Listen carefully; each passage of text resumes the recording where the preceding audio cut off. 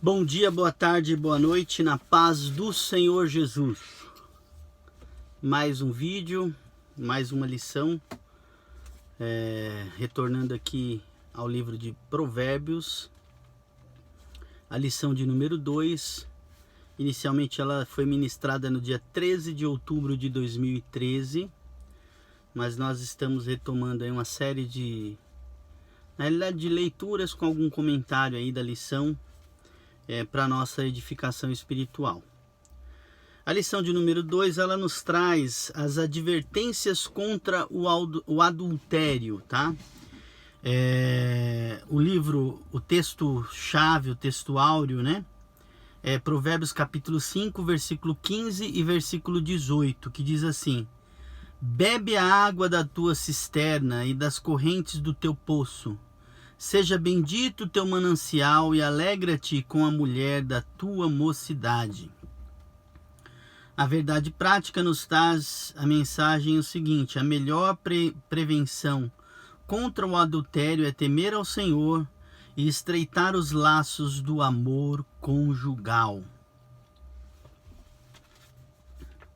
A leitura bíblica em classe se encontra em Provérbios capítulo 5, do verso 1 ao 6, que diz o seguinte: filho meu, atende a minha sabedoria, a minha razão inclina o teu ouvido, para que conserves os meus avisos e os teus lábios guardem o conhecimento, porque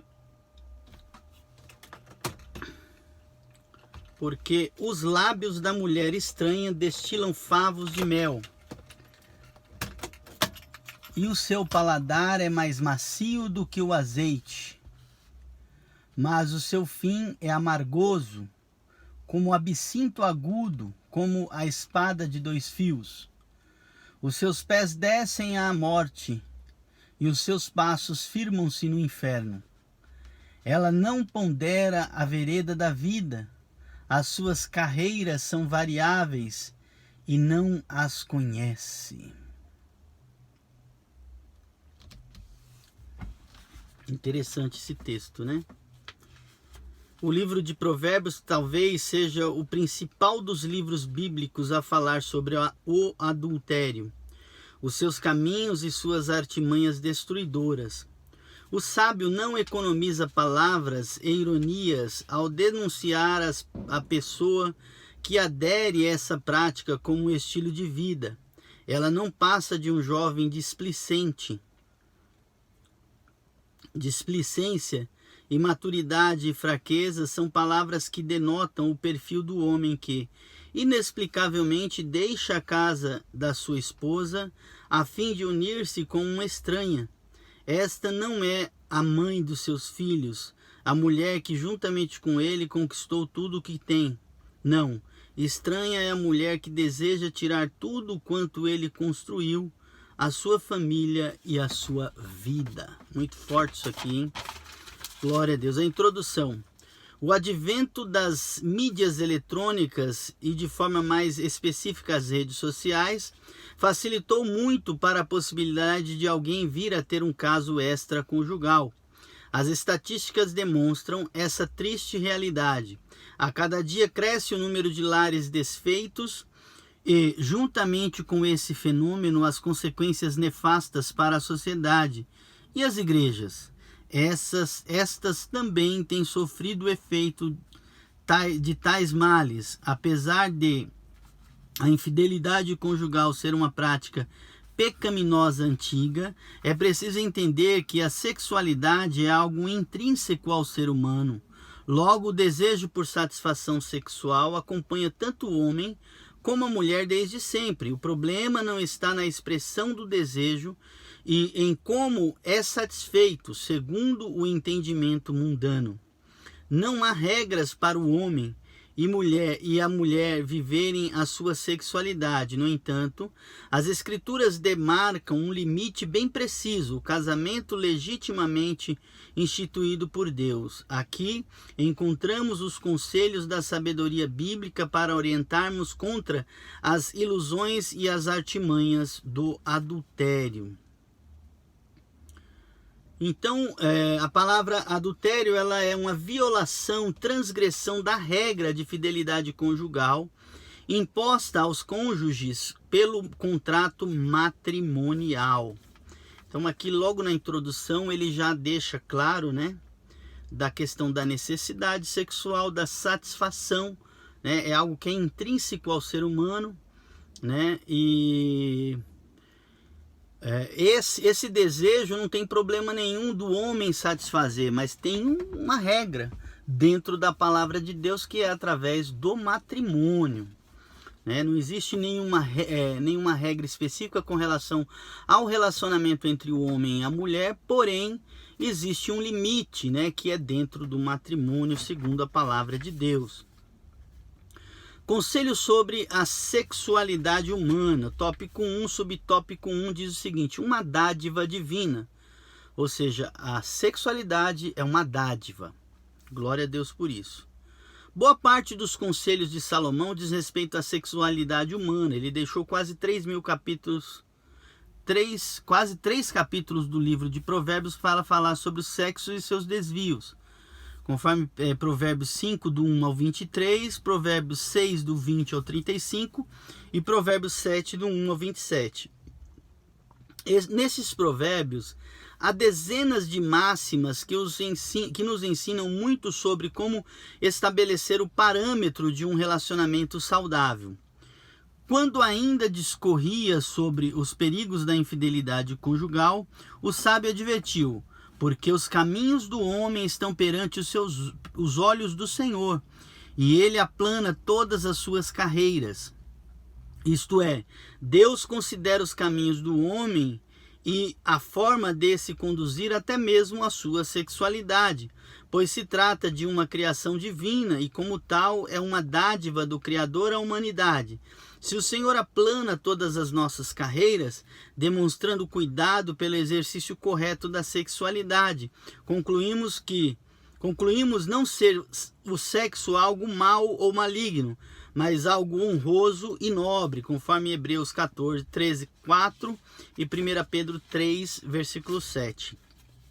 Glória a Deus. É bom saber, né, então, que o sexo ele é algo que é nobre, né, é honroso, né, diferente do que muitas pessoas pensam, né, até mesmo aqueles que veem no cristianismo, né, nos servos de Deus, na igreja, um empecilho com relação à sexualidade, né, porque o crente não pode fazer isso, o crente não pode fazer aquilo, e a questão da sexualidade também é tratada nesse aspecto. Porém, a palavra deixa claro, né, que é uma bênção de Deus, né? Evidentemente que existem limites, existem regras, né? E uma delas é a questão do matrimônio, né? Na Bíblia aceita-se o relacionamento entre um homem e uma mulher, o relacionamento sexual, a partir do matrimônio, né? Antes disso é considerado algo pecaminoso. Amém? Uma predisposição humana. Ao iniciar a sua coletânea de conselhos sobre como evitar os laços do adultério, Salomão chama a atenção do seu filho para que ouças os seus conselhos e haja em conformidade com estes. Provérbios 5, 1 e 2. O texto hebraico de Provérbios, nesse versículo, apresenta a palavra bem traduzida em nossas Bíblias como filho. Ben, né? O mesmo termo ocorre também nas advertências contra o adultério em Provérbios 6, 20 e 7, 1. A palavra ben pode se referir tanto a um filho biológico quanto a um discípulo. Em todos os casos, a admoestação é dirigida a um ser humano que, como todos nós, está sujeito à tentação.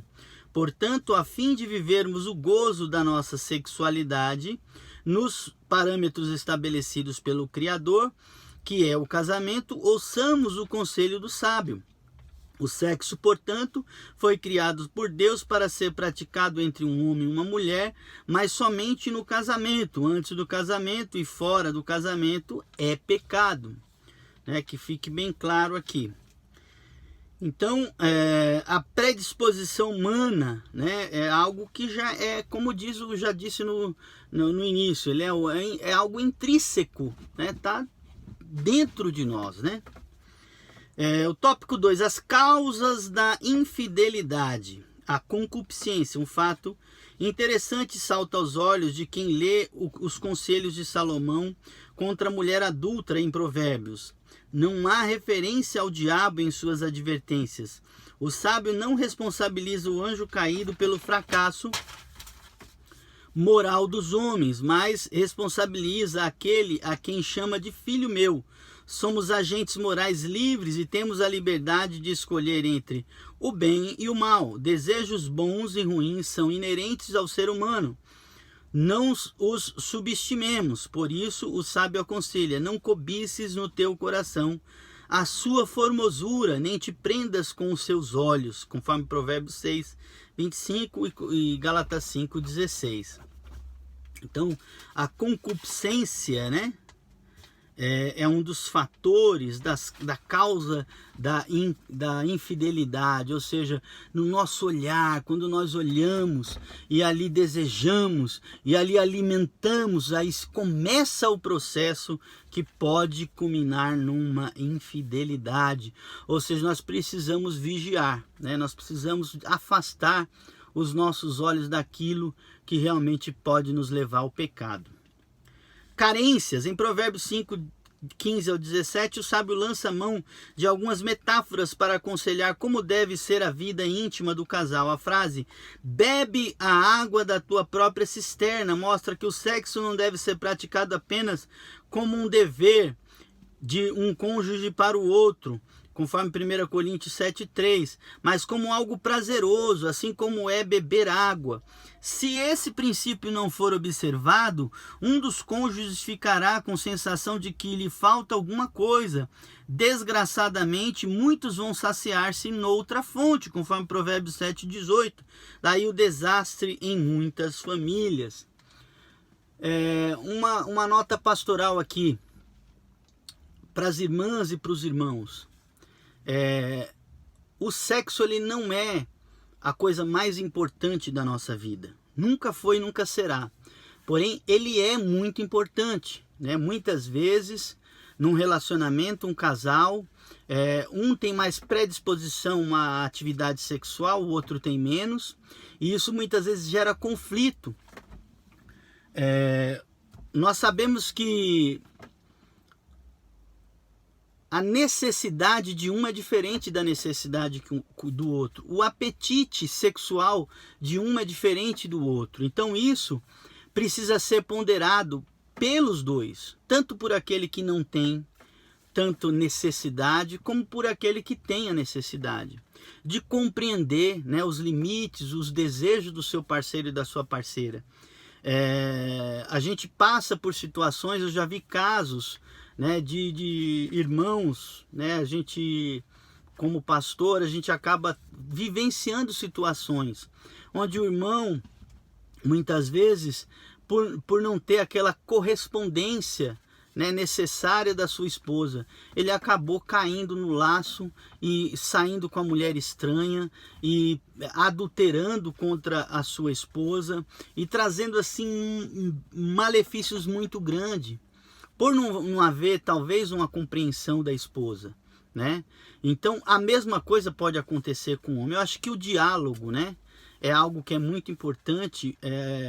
Eu expor, né, você, no caso o marido ou a esposa, expor a sua situação, né, quando eventualmente por se sentir, como que eu posso dizer, pouco assistido sexualmente pelo seu parceiro ou pela sua parceira, conversar, né, abrir o jogo e falar, né? Da mesma forma, o oposto, né, vai também poder se explicar, vai poder expor e ali chegar no entendimento, chegar numa situação onde ambos serão talvez não totalmente satisfeitos, mas procurar melhorar o relacionamento. Isso é muito importante.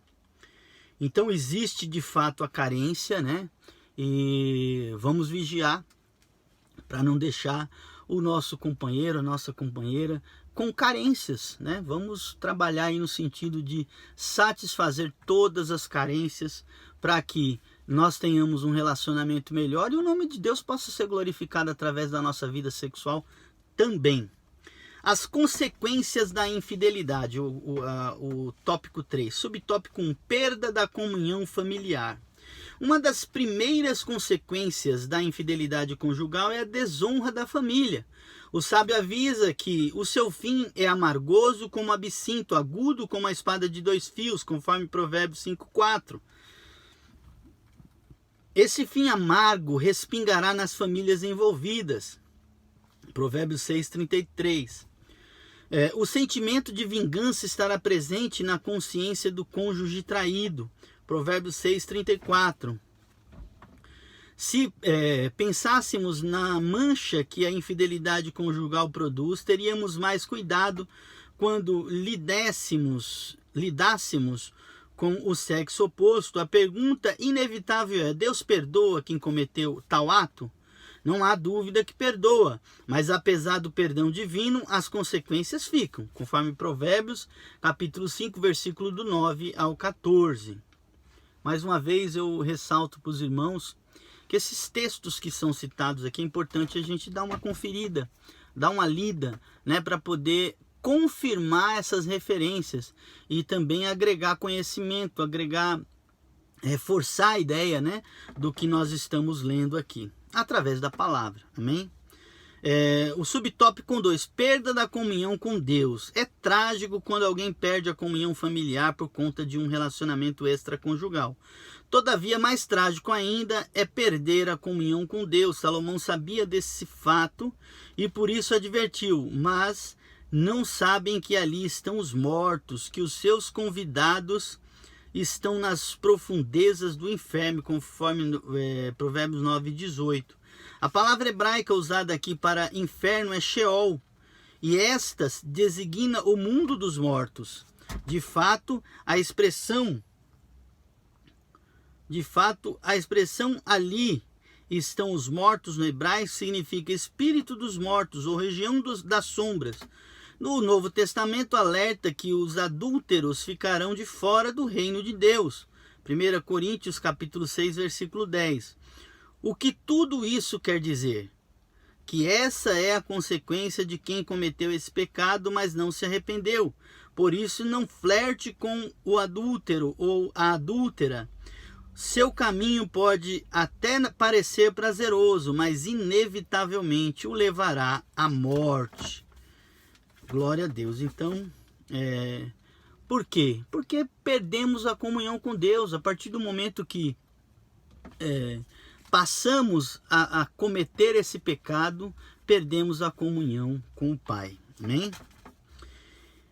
Conselho de como se prevenir contra a infidelidade. O tópico 5. Sexo com intimidade. A intimidade sexual, ou a fala dela, é um dos fatores que influenciam a vida do conjugal.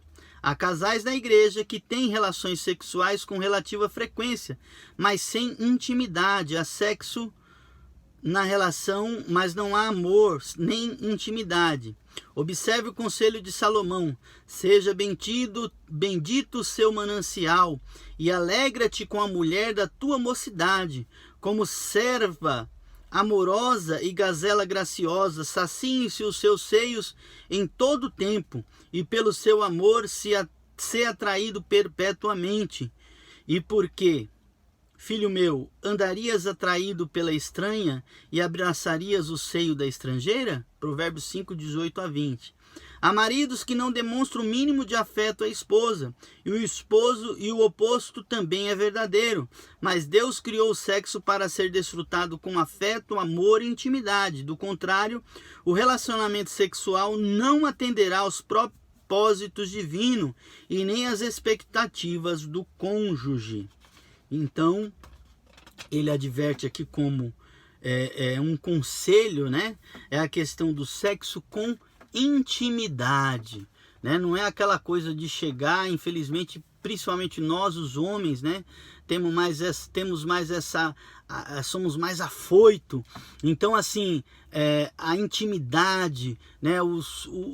A graciosidade, né? O carinho, o afeto, o cuidado, isso é muito importante para trazer aí para prevenir, né, contra a infidelidade, contra o desânimo.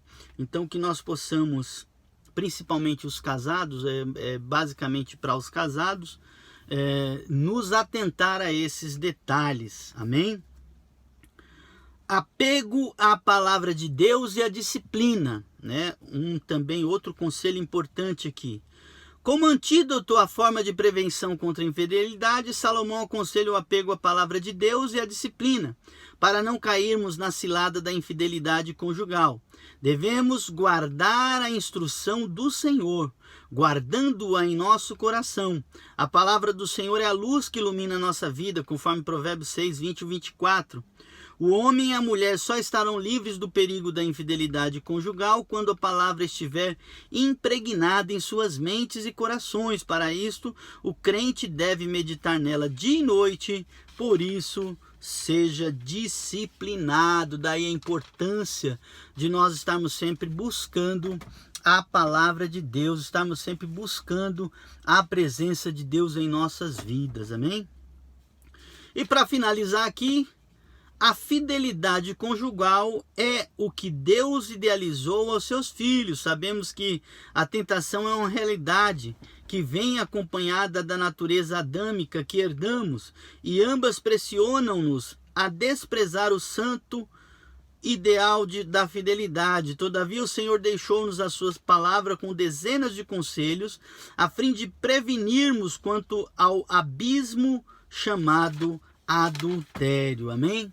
Então, que nós possamos a cada dia buscar mais o Senhor, procurar os casados aí ter um diálogo mais aberto, mais franco, né? A esposa com o esposo com a esposa, e procurar verdadeiramente, irmãos, agradar, né? Agradar de uma forma especial o seu cônjuge. Procurar fazer aquilo que ele agrada ou que ela agrada, né? E ter realmente um diálogo aberto, franco, né? E para que tenha um relacionamento saudável e evidentemente todo mundo ficar feliz e o nome do Senhor ser glorificado no nosso relacionamento. Amém? Deus te abençoe, continue orando por nós. Se você tiver alguma dúvida, deixe o seu comentário no vídeo aí. O que nós não pudermos responder, nós vamos buscar dentro da palavra para estar te respondendo. Eventualmente, se você não quer deixar nos comentários a sua dúvida, pode entrar em contato direto conosco aqui pelo WhatsApp. Principalmente os irmãos da igreja aí têm o nosso WhatsApp. Entre em contato, nós vamos estar dentro da palavra de Deus procurando responder e esclarecer todas as dúvidas dos irmãos e das irmãs em nome de Jesus. Deus te abençoe, fica com Deus, o ano está se findando. Se a gente não se falar por aqui, que você tenha uma passagem de ano abençoada, e vamos buscar ao Senhor enquanto se pode achar. Amém? A paz do Senhor Jesus.